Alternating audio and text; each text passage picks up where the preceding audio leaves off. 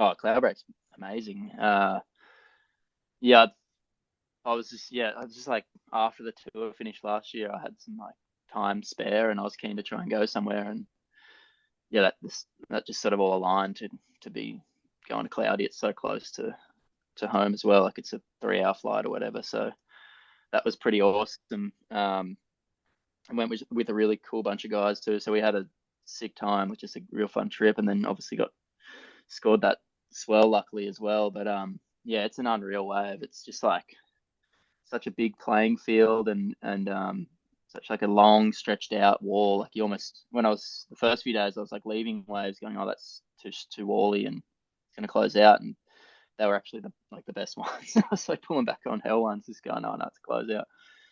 So it's pretty crazy like that. You know, you just one of those ways where you just look at a closeout wall and go, "There's no way you're making this," but you kind of just go and pull in, and sure enough, the thing just like shoves you right through the whole thing, which is pretty freaking cool. Like such a yeah, it's such a good wave and has so many faces too. It's not just like a heaving tube, but you get pretty awesome like real powerful turn sections. Not that I was doing that much justice on the back end, but there's a few guys over there. Like I was there with Ryan Cohen and actually, um, and he was just going so nuts on the days when it was like more turns. It was so cool to watch.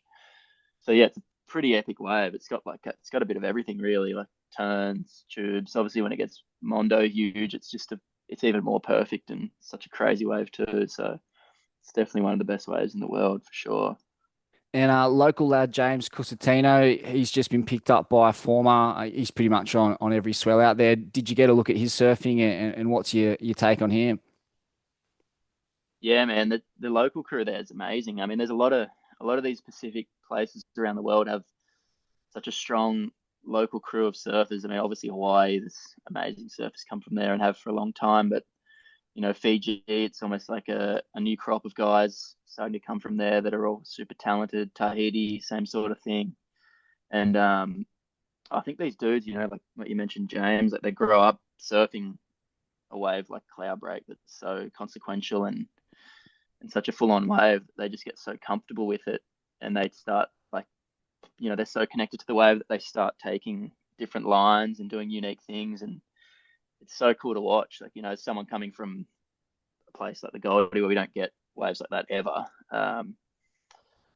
It's so interesting because yeah, you're just sort of like thinking about trying to make the barrel just get through it however you can. Where you like watch someone like James and he's doing like laybacks in the tube and then does like three different barrel stances in one barrel and all this crazy stuff and on all these like different boards. Like I think when we were there, he was riding this massive board.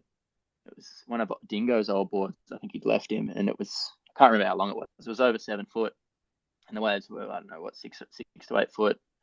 But he's just riding it so well, like standing way up the board toward the nose with his feet really close together while he was like sort of pig dog tube riding. And then yeah, like I said, he'd like have moments where he'd like lay back, and then moments where he'd almost put his feet right together as if he was going to switch stance. It was pretty phenomenal to watch, and yeah, just had the wave so wide. Him and all the local crew like they'd take off so deep, and they had that like they had the read on it so well. Like those ones I'd be like, oh no, that's a closeout. They'd be like 30 meters deeper and going and making it.